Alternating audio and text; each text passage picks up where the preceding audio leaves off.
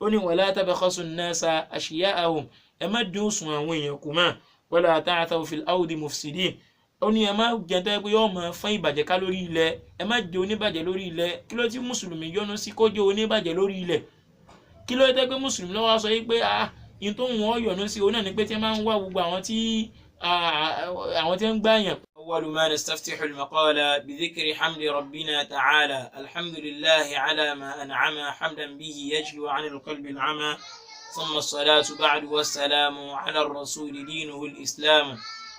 وآله وصحبه ومن تبع سبيله في حبه على ممر الحقب. إخوة الإيمان، السلام عليكم ورحمة الله وبركاته. أفيقفهم الله سبحانه وتعالى أولكم كاتجة فنبي محمد صلى الله عليه وسلم أن يلبوا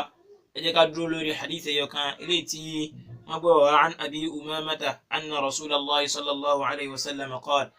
مبوا حديثي ولا تودوا أبو أمامة كلمبا يونسي يقول النبي محمد صلى الله عليه وسلم وصيب إن روح القدس نفث في روعي أن نفسا لن تموت حتى تستكمل أجلها. النبي صلى الله عليه وسلم صيب جبريل أن سنو لكاي مسنو كامي أن نفسا أمي كان توالوري له لن تموت كولي قد صدى الله باري حتى تستكمل أجلها، títí tí ó fi jẹ́ wípé kádàrá àsìkò tó kádàrá lọ́dọ̀ Ọlọ́run ọba àlekọ́lá yóò pé watastaw'iba rizqaha, ọjọ́ tó dá òun lákọ̀ọ́kọ́, ìyẹn ni pé àsìkò tó sọ wípé yóò lò lórílẹ̀ ẹ bó ṣe gbajúmọ̀ lásìkò yìí nísìnyí táwọn èèyàn máa kọrin káàkiri oró ńlá lẹ dá ẹ̀yin tẹ́ ẹ pa kíníkíní kan tẹ́ ẹ jọ dàgbà, ẹnìkan kò lè padà sọ́dọ̀ Ọlọ́run ọba àlekọ́lá hatta tastakmila ajala, títí tásìkò rẹ̀ ó fi tó. Kò sí tí ń ṣe jẹ́ wípé èèyàn kánjú padà lọ sí ọ̀dọ̀ Ọlọ́run, kò sí tí ń jẹ́ báwọn, àsìkò rẹ̀ tó ló fi padà sọ́dọ̀ Ọlọ́run ọba àlekọ́lá. Ànábì wa ń tẹ̀síwájú sọ wípé watastaw'iba rizqaha, lẹ́yìn náà títí tí yóò fi pé àrísìkí rẹ̀, ìyẹn ni pé tó bá jẹ́ pé wọ́n kádàrá pé yóò lo 10 million láyé ń bí yóò sì lò fún ọdún 5, 10 million láàrin ọdún 5 wọ́n wà bá gé sí àsìkò yẹn yóò sì pé, kò wá ní sí pé ó wá lo ọdún 4 inside ọdún 5, kò sí tí ń jẹ́ báwọn. Gẹ́gẹ́ bẹ́ẹ̀ náà ni kò sí tí ń jẹ́ pé 5 million lọ wá rí nínú 10 million tí wọ́n kọ́ fún, kò sí tí ń jẹ́ báwọn. Ẹ̀mí kọ̀ọ̀kan ló ti ní ọjọ́ tí ó lò, ẹ̀mí kọ̀ọ̀kan ló sì ti ní iye tí ó ná, owó tí ó ní, dúkìá tí ó kójọ, ilé tí ó kọ́, mọ́tò tí ó rà àti bẹ́ẹ̀ bẹ́ẹ̀ lọ. Nítẹ̀síwájú Ànábì wọn sọ wípé fattaqullaha wa ajmilu fi talab, ẹ̀yin èèyàn ittaqullah, ẹ páyà Ọlọ́run ọba yín, wa ajmilu fi talab, lẹ́yìn náà ẹ jẹ́ kó jẹ́ wípé ibi tí ẹ ti máa wá jíjẹ mímu yín ẹ jẹ́ kó jẹ́ nǹkan tó mọ́. Wallahi oríṣiríṣi àwọn àwà àbàjẹ́ ló ti kún gbòòrò lónìí yìí níbi pé àwọn wá jíjẹ mímu, ọ̀nà àbòsí oríṣiríṣi làwọn èèyàn mọ̀ táwọn èèyàn fi ń gbá àwọn èèyàn káàkiri, tí wọ́n ń sọ wípé àwọn náà Nàìjíríà ọ̀dà àbí ẹkọ́nọ́mì ò sunwọ̀n, nítorí náà gbogbo ọ̀nà táwọn bá fi lè rí àrísìkí àbí táwọn bá ti lè rówó náà ni, kódà kó ṣe káwọn ọ̀páyàn, àwọn èèyàn pààyàn ẹ̀mẹ́yà àwọn èèyàn ti ń jáde kóònù ilé wọn nísìnyí tó yẹ pé wọ́n kàn kóònù ilé náà ni akàgbọ̀ pé wọ́n lọ àlọ́ wọn lárí àràbọ̀ wọn àti bẹ́ẹ̀ bẹ́ẹ̀ lọ nínú àwọn nǹkan tó ń ṣẹlẹ̀. Bẹ́ẹ̀ sì ni àwọn kan náà ní ẹ̀wà ń di báwọn ilé iṣẹ́ ń lọ tí wọ́n padà sínú ilé wọn. Lóòótọ́ àwọn náà lọ pàdé kádàrá wọn ni, àmọ́ àwọn tí wọ́n ń ṣe sábàbí kádàrá burú yìí níjò ní tó fẹ́ jáwọ́, níjò la tó fẹ́ rí ilé tí ó stop. Àwọn ọmọ mùsùlùmí tí wọ́n jẹ́ ọ̀dọ́ mùsùlùmí lásìkò yìí tó wá jẹ́ wípé gbogbo ọ̀nà ni wọ́n ń gbà rówó, bó jẹ́ kí wọ́n gba ọmọ ìyá wọn tó wà Nàìjíríà ni àbọ̀mọ̀ ìyá wọn tí ó wà ní àbí wọn tí èso ọmọ ìyá wọn àbọ̀mọ̀ ìyá wọn tó wà lókèèrè tí wọ́n tó gbajúmọ̀ pẹ̀lú internet fraud lónìí tí wọ́n ń ṣe yahoo káàkiri. Àwọn náà sọ wípé àwọn náà ń wá owó, àwọn náà sọ wípé àwọn náà ń wá owó ní gbogbo ọ̀nà tó jẹ́ pé àwọn ó ti lè rí. Oríṣiríṣi àwọn èdè ní bẹ lẹ́nu wọn tí wọ́n fi ń ṣàlàyé wípé àwọn èèyàn táwọn ń dá, wọ́n lè pè wọ́n mágà, wọ́n lè pè wọ́n ní mógùn, wọ́n lè pè wọ́n lóríṣiríṣi nǹkan. Subhanallah alazim. Àwọn tá ń tajà náà ń kọ́ ìwà náà níbà náà ṣe ń gbá wọn káàkiri nínú ọjà tí àwọn nǹkan fún èèyàn tó jẹ́ pé àní wọn pé àti bẹ́ẹ̀ bẹ́ẹ̀ lọ nínú àwọn ọ̀nà táwọn fi ń ṣàbòsí. Ànábì ní ittaqullaha, ẹ páyà Ọlọ́run ọba àlékẹ́ ọlá wa ajmilu fi talab, kó sì jẹ́ wípé ibi tẹ́ ẹ ti máa ṣe kí ni o, ibi tí ẹ ti máa wá jíjẹ mímu yín kó jẹ́ nǹkan tó dáa. Ànábì sallallahu alaihi wasallam sọ wípé wala yahmilanna ahadakum istibta'u rizq, Ànábì ní ẹ má jẹ́ kó ṣẹlẹ̀ sí wípé àìtètè lárísìkì, àìtètè rọ́rọ̀ kójọ. Ọmọ 21 years yóò mọ̀ sọ pé òun fẹ́ kọ́lé, òun fẹ́ ní mansion, òun náà fẹ́ ní òun fẹ́ máa wọ G-Wagon, òun náà fẹ́ oríṣiríṣi mọ́tò káàkiri ló ti mọ orúkọ ẹ̀. Ànábì ní káàdì ẹ̀ wá sọ wípé bẹ́ẹ̀ náà wá ní ànábì ní kọ́ má jẹ́ wípé àìtètè wà rí nǹkan yìí à ń yatlubahu bi ma'siyatillah, àìtètè ráwọn owó kójọ àìtètè rọ́rọ̀ kójọ ni wọ́n wà lídìí ẹ̀ lọ síbi wípé òun wà lọ́ máa wá níbi ìwà ẹ̀ṣẹ̀. Eléyìí làwọn èèyàn ń ṣe lónìí yìí tó jẹ́ wípé ibi tí Ọlọ́run bọ ìyọ́nú sí ni wọ́n ti ń wá owó níbi kápá yàn. Àwọn èèyàn kidnap, àwọn èèyàn gbá àwọn èèyàn káàkiri àti bẹ́ẹ̀ bẹ́ẹ̀ lọ. Ànábì ni ẹ má jẹ́ kó jẹ́ pé lẹ́yìn náà wà lídìí yín lọ síbi kẹ́ máa gbá àwọn èèyàn. Ànábì sallallahu alaihi wasallam sọ pé fa inna Allaha la yunalu ma indahu illa bi ta'atihi, torí pé dájúdájú Ọlọ́run ọba àlekọ ọlá in tí ń bẹ lọ́dọ̀ rẹ̀ pọ̀, bó ṣe wá pọ̀ náà ànábì ní èèyàn ò lè rí àyàfi kó jẹ́ pé ojú ọ̀nà tọ̀tọ̀ òun náà lèèyàn gbà rí. Ọmọ èèyàn tó bá jẹ́ pé lóòótọ́ lọ́gbọ́ hadith yé ni yóò mọ̀ wípé in tó wọ́n jẹ láyé wọ́n ti kádàrá rẹ̀ wọ́n ti sáyẹ̀nsì ó sì ti gbẹ bẹ́ẹ̀ kò lè change mọ́. Ẹni tó bá wá títí ẹ̀ tó wá síbi tó jẹ́ halal yóò rí ń bẹ, ẹni tó bá wá títí ẹ̀ síbi haram òun náà ṣe kí ni òun náà rí tiẹ̀ ń bẹ́ẹ̀. Àmọ́ torí pé wà ní ọ̀nà haram yìí yóò wá rò pé òun máa ṣe ni bẹ́ẹ̀ sì ni tó bá jẹ́ pé ibi halal tó jẹ́ tó lẹ́tọ̀ọ́ lọ́wọ́ sí ni Ọlọ́run bá lè kọ́ ló fún. Àmọ́ ẹnìkan kò lè rí wa ma yulaqaha illa dhu haddin adhim, ẹni tó lọ́wọ́ bá lè kọ́ lábá ní kó ní lọ́kì ní ó rí eré ìró tó mọ̀ pé wallahi èèyàn lè rí ọ̀rọ̀ kójọ láyé àyàfi tó lọ́wọ́ bá lè kọ́ lábá yọ̀ǹda. Tó bá jẹ́ wípé èèyàn lè gbogbo ọ̀nà lèèyàn lè ti gbà rí arísìkì kójọ ní, tó bá jẹ́ gbogbo ọ̀nà ni àìmọye àwọn tí wọ́n wá tí wọ́n rí àwọn èèyàn fẹ́ ṣògùn owó wọn kọ̀ rọrùn náà wọ́n sá padà kún bẹ́ẹ̀ náà ni. Àwọn èèyàn náà báwọn èèyàn sẹ́yìn báwọn kan sẹ́yìn kidnap tí wọ́n rí wọn bẹ́ẹ̀ òun ìjọ́ tẹ́lómi fẹ́ bẹ̀rẹ̀ náà ni wọ́n gbá òun mú tiẹ̀. Ẹlòmíì òun náà fẹ́ lu jìbìtì ìjọ́ tó náà fẹ́ bẹ̀rẹ̀ ni wọ́n rí gbámú. Ibi ni yóò ti yé gbogbo ẹni tó jẹ́ pé ìwà tó ń lọ́wọ́ sí òun náà ní internet fraud, kí náà tó mọ̀ pé iTunes card àti oríṣiríṣi àwọn nǹkan ló ti mọ̀. Wallahi tó bá jẹ́ pé lóòótọ́ òun náà ni ọmọ èèyàn fẹ́ jẹ́ ẹni tó jẹ́ pé ó ronú tó sì fẹ́ máa wá dáadáa rẹ̀ níbi halal ni wallahi ibẹ̀ ni ó ti ní gbádùn ayé. Yóò máa ṣe ọmọ èèyàn lè mọ̀ wípé èèyàn kan ó yọ lọ wá bí owó tó pọ̀ bí 200,000 naira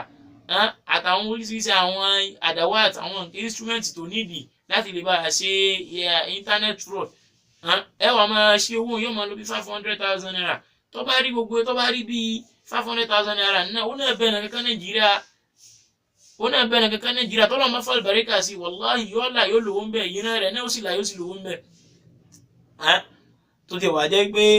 bó ti ẹ̀tọ́ tó wá jẹ́ wípé Ọlọ́run bá alikọ́lá ó ṣe léèwọ̀ ká máa ṣàbùsí ara wa algishu ká máa yanra wa jẹ́ pé mo lágbára kí n eléyìí má gà ní. Ọlọ́run bá alikọ́lá ṣe léèwọ̀, Ànábì sallallahu alaihi wasallam náà ṣe léèwọ̀. Àwọn ìjọ Shu'aib alayhi salatu wassalam wọ́n jẹ́ ẹnìkan tó jẹ́ wípé wọ́n mọ bísínẹ̀sì ṣe pọ̀, wọ́n ní tó yẹ pé bísínẹ̀sì ni àwọn máa ṣe. Àmọ́ ìtọ́lọ́wọ́ bá alikọ́lá fi dán wọn wò ó náà ni pé káwọn máa wọn òṣùwọ̀n pé Shu'aib lọ́lọ́run wá gbé dìde láti wá máa pè wọ́n pé ẹ̀yin ìjọ pé kó máa pè wọ́n sójú ọ̀nà Ọlọ́run bá alikọ́lá wípé Shu'aib wọn sọ fún wọn pé kadhabat ashabul aika, àwọn èèyàn náà ń pè ní ashabul aika. Ọlọ́run ní àwọn ashabul aika wọ́n pè òjíṣẹ́ tá a rán sí wọn wọ́n pè ní rọ́tí sí Shu'aib. idh qala lahum Shu'aibun ala tattaqun, Shu'aib sọ fún wọn pé ẹ̀yin ìjọ mi ẹ páyọ Ọlọ́run ọba àlekèọlá, ẹ bẹ̀rù Ọlọ́run, ẹ má gba àwọn èèyàn mọ́, ẹ má ṣàbòsí àwọn èèyàn mọ́, ẹ má dín dúkìá àwọn èèyàn kù mọ́, ẹ má wọn òṣùwọ̀n wọn pé fún wọn. Gẹ́gẹ́ bó ṣe jẹ́ pé à ń ṣe ní wáàsí fún wa náà nísìnyí pé ẹ jẹ́ ká máa wọn òṣùwọ̀n pé tí ẹ bá bọ́ sáà ní àwọn bíbù yẹn tí ẹ máa ń ṣe wáàsí fún wọn gbà míì ẹ sì máa wò pé ìwọ Ọlọ́run kọ́ lọ́n jẹ́ kéèyàn ọ̀tún jáde kún bẹ́ẹ̀ ni o, torí pé ìdíwọ̀ tí wọ́n sì máa wò yín gan bí kí wọ́n lù yín kẹ́ ẹ dákú ni àti bẹ́ẹ̀ bẹ́ẹ̀ lọ. Àmọ́ Shu'aib náà gẹ́gẹ́ bí Shu'aib ṣe bẹ̀rù àwọn náà ní bẹ̀rù àmọ́ ṣe wáàsí fún yín abẹ́lọ́nà àmì ẹ̀kọ́ lọ́nà kó sí ní nǹkan tí yóò wúlò. Ọlọ́run ní kadhabat ashabul aikatil mursalina, àwọn ashabul aika wọn pè òjíṣẹ́ wọn nírọ́. idh qala lahum Shu'aibun ala tattaqun, Shu'aib sọ fún ẹ pé páyọ̀ Ọlọ́run yìí inni lakum rasulun amin, òjíṣẹ́ mo jẹ́ fún yín o. fattaqullaha wa ati'un, ẹ jẹ́ tó jẹ́ pé yóò payọ̀ Ọlọ́run lẹ́ẹ̀kan sí wa ati'uni kẹ́sì tẹ̀lé àṣẹ tí má ti ń payín tọ́lọ́ ní kí n máa payín. Ọlọ́ni wa ma as'alukum alayhi min ajrin Ṣuaibu ní ìyìn kúkú béèrè kankan lọ́wọ́ yín ìyìn ní kẹ́ fún mi lówó in ajriya illa ala rabbil alamin ẹ̀san mi ń bẹ lọ́dọ̀ Ọlọ́run ọba mi tó dá mi. Awful kayla wala takunu minal mukhsirin ó ní ẹ máa wọ̀n sùnwọ̀n pé ẹ máa wọ̀n scale pé ìwọ tí transaction kan dà wá àti èèyàn rẹ papọ̀ ìwọ náà wọ̀n pé bó ti ẹ̀jẹ̀ wípé transaction kan kò dá yín papọ̀ dating kinní náà lẹ fi bẹ̀rẹ̀ òun náà tó náà níkan ṣe tó yẹ pé ìwà obìnrin olóbìnrin náà ló náà fẹ́ ní tẹ́sí ní àti gbogbo ọ̀nà tẹ̀ máa ń gbà ó àwọn náà ni wọ́n mọ̀ tán o àmọ́ eléyìí tí a mọ̀ ń bẹ́ẹ̀ á tún máa fi ràn wọ́n létí wípé àwọn nǹkan tó da ẹ̀yin àti ẹlòmíì pọ̀ nínú àwọn nǹkan àjọṣe ẹ jẹ́ ká wọ̀n pé fún wọn ẹ jẹ́ ká scale dáadáa ó ní wazinu bil qistasil mustaqim scale tó dáa oníkẹ́yìn ṣe kí ni o tẹ́ ẹ fi wọ̀n tí èsì scale tẹ́ ti já sínú àbí scale tẹ́ ti wọ̀n lé kó tó di pé ẹ fẹ́ máa gbé nǹkan lé lórí ó ní wala tabkhasu nnasa ashya'ahum ẹ má dín òṣùwọ̀n àwọn èèyàn kù mọ́ wala ta'thaw fil ardi mufsidin ó ní ẹ má jẹ́ tó yẹ pé yóò máa fọ́n ìbàjẹ́ ká lórí ilẹ̀ ẹ má jẹ́ oníbàjẹ́ lórí ilẹ̀ kí ló tí mùsùlùmí yọ́nú sí kó jẹ́ oníbàjẹ́ lórí ilẹ̀ kí ló dé pé mùsùlùmí lọ́wọ́ sọ yí pé yìí tó ń wọ́n yọ́nú sí òun náà ni pé tí wọ́n máa ń wá gbogbo àwọn tí ń gbá yẹn kí wọ́n máa kàwọn náà mọ́ ó ní wattaqul ladhi khalaqakum wal jibillatal awwalin Ṣuaibu tẹ̀síwájú ó ní ittaqul ladhi khalaqakum ẹ páyà ọba tó yẹ kùn lọ́sẹ̀dá yín wal jibillatal awwalina ẹ̀yin nìkan kọ́ àwọn kan náà ń bẹ tí wọ́n ti tọ́lọ̀ ti ṣẹ̀dá síwájú ẹ wo àwọn eléyìí ẹ ronú sí gbogbo àwọn tọ́lọ́run bá dákẹ́ ibi sọ wípé tọ́lọ́run bá lẹ́ẹ̀mọ tẹ̀lé dáadáa ojú ọ̀nà tọ́tọ́ oní lẹ́fí máa ṣe kíni olẹ́fẹ́ fi máa wárí sí kìíyìn ó ní qalu innama anta minal musaharin wọ́n ní wo kí ló ń sọ òkú ìdání ọjọ́ tí wọn náà lọ́wọ́ àdé lọ́wọ́ àmọ́ sọ fún wa pé káwa fi ìyàwó lẹ́ àbí káwa má gbá yẹn má ó ní wa ma anta illa basharun mithluna ṣe bẹ́ẹ̀ yẹn bíi tiẹ̀ làwa náà ṣé sẹ́ǹtì ni wọ́n ni tí wọn náà dẹ̀sẹ̀ sọ́lọ́ ìwọ̀n dẹ́sẹ̀ lápálá bí kan àwa náà dẹ́sẹ̀ lápálá bòmí ni ìwọ́n náà máa tọrọ àforíjì tiẹ̀ náà káwa náà máa tọrọ àforíjì tiwa fi wálẹ̀ pẹ̀lú wa àwọn ọmọ tẹ̀síwájú lórí lè ta ti bẹ̀rẹ̀ yìí ìwọ náà tẹ̀síwájú lórí tí wọ́n náà ń ṣe ó ní wa ma anta illa basharun mithluna èèyàn bíi tiwa náà nìwọ náà wa in nadhunnuka laminal kadhibin bá a ṣe ń wọ òkú dání òpùrọ́ ni ọ́ gẹ́gẹ́ bó ṣe jẹ́ pé tí ó máa wà nú ọkàn mùsùlùmí mi náà lásìkò yìí nínú àwọn tó ń gbọ́ ọ̀rọ̀ yìí àbẹ̀ntí ọmọdé ti gbọ́ rẹ̀ òun náà ní wípé yóò mọ̀ rò pé bóyá nǹkan tá à ń sọ yìí bóyá òpùrọ́ ni àbá àfẹ́ eléyìí ò nídìí owó wàláhì ojú tẹ́lẹ̀mí tó fi máa wò ni ó ní àfẹ́ eléyìí kò bá kò rówó rí ni bẹ́ẹ̀ sì ni èlò lówó owó tó jẹ́ pé nǹkan tó jẹ́ pé yóò padà di inshallah ta'ala ń bọ̀ wá nínú àwọn kan tá a fi bá ara wa sọ̀rọ̀ ìyẹpẹrẹ tí yóò padà wà bá owó lópin ayé tó a sì ti ń rírú ẹ̀ náà nísìnyìí ó ní wa ma anta illa basharun mithluna ó ní ebe èèyàn bíi tiwa náà nìwọ náà wa in nadhunnuka laminal kadhibina kódà bá ṣe ń wọ yìí òpùrọ́ ni ẹ gbogbo tó ń sọ yìí ò ń ṣe kò ń sódodo ọlọ́run ọ̀rọ̀ sí wa nítorí náà fa askita alayna kisafan minas sama ẹ wò ìwà pò kí wọ́n tó wá lékè ńkà wọ́n ní ọ̀dà náà tó bá jẹ́ pé lóòótọ́ òun náà ni ó jẹ́ wípé ọ̀dọ̀ ọlọ́run ló ti wá askita alayna kisafan minas sama sọ pé kí yóò sọ̀kalẹ̀ láti sánmà in kunta minas sadiqina táyé pé olódodo ni ọ́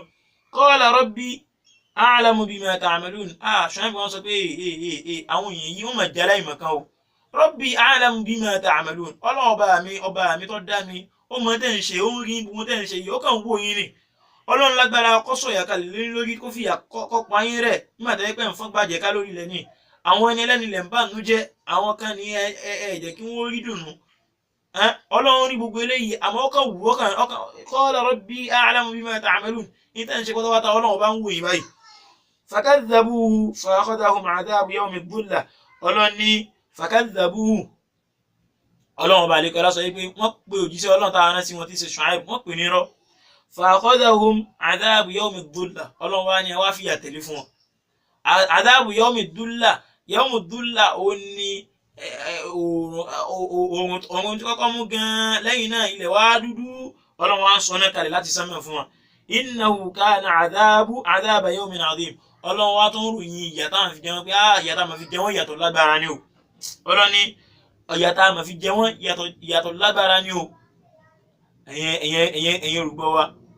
gbogbo ẹni tó jẹ́ pé òun náà fọ́ sínú ká máa ṣe ìbàjẹ́ fáwọn èèyàn àbí ká máa bà àwọn èèyàn ká máa pa àwọn èèyàn lẹ́kún jayé ká máa rọ́bù àwọn èèyàn kí ẹ má gbọ́dọ̀ fowó lẹ̀ síbi kan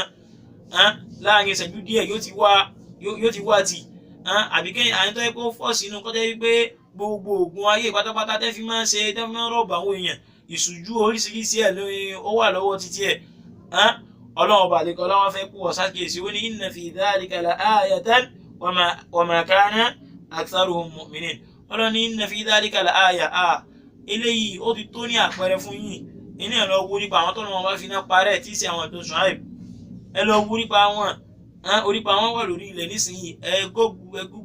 ẹ béèrè lọ́wọ́ àwọn tí wọ́n tún nímọ̀ wọ́n sọ fún yín wọ́n fi píkṣọ wọn hàn yín bí àná ṣe pọ̀ tó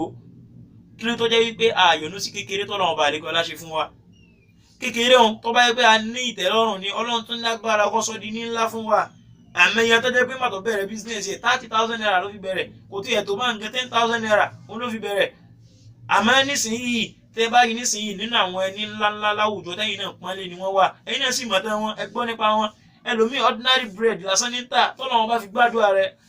nígbà tó yẹ pé ó wá síbi halal ọlọ́run ṣe kíni ọlọ́run dúró pẹ̀lú ẹ̀ ọlọ́run ṣe kíni ó sì gbàdúrà rẹ̀ ọlọ́run inna fi dhalika la aya eléyìí náà ti tó lámì fún yín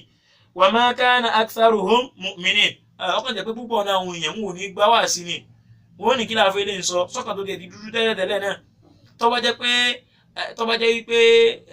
yahoo nìkan ní í ṣe ni tìbí kò bá jẹ́ tó dáa ó tún mú nǹkan míì máa nínú àwọn àwọn àbàjẹ́ ìmúkúmu oríṣi àwọn nǹkan ìwọ̀ ní mú a sì ń padà bọ́ abẹ́ pẹ̀lú yọ̀ǹda ọlọ́run kọ́lọ́n kó fún wa ní yọ̀ǹda ọlọ́ni wa ma kana aktharuhum mu'minin wọn ọ̀kàn ní púpọ̀ náà àwọn èèyàn ọ̀kàn ní jẹ́ tí ó gbà wá sí ni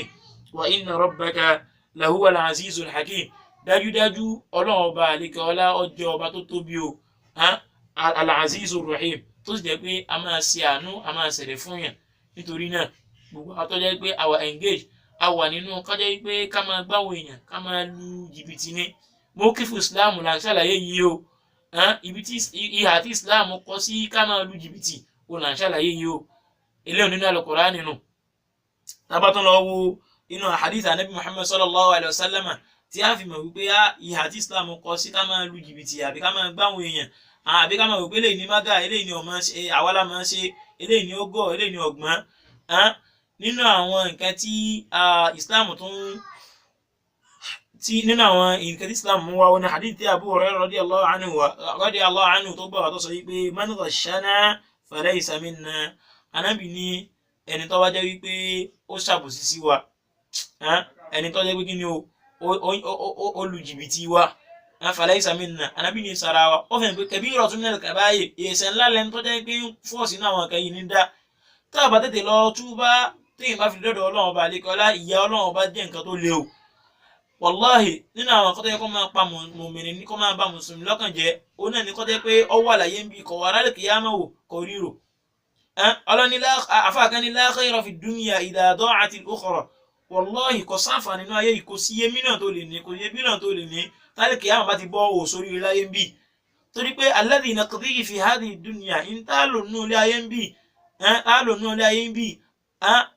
qalilun bin-nisbati lima fil akhirah ó kéré jọjọjọjọjọ sí ń tá lò lálẹ́kìyàmọ̀ ọlọ́run ọba àlekọ́lá tá pẹ̀ ń bẹ̀ táyé pé yóò mọ̀ bẹ̀ lọ gbére ni ẹ jẹ́ ká dúró báyìí náà insha Allah ta'ala á tún máa tẹ̀síwájú ní orí eléyìí láti ṣàlàyé àwọn ìpalára eléyìí tó yẹ pé ó dìrọ̀ mọ́ kí a máa ṣe ká máa lu jìbìtì. Wa sallallahu wa sallama ala nabiyyina Muhammadin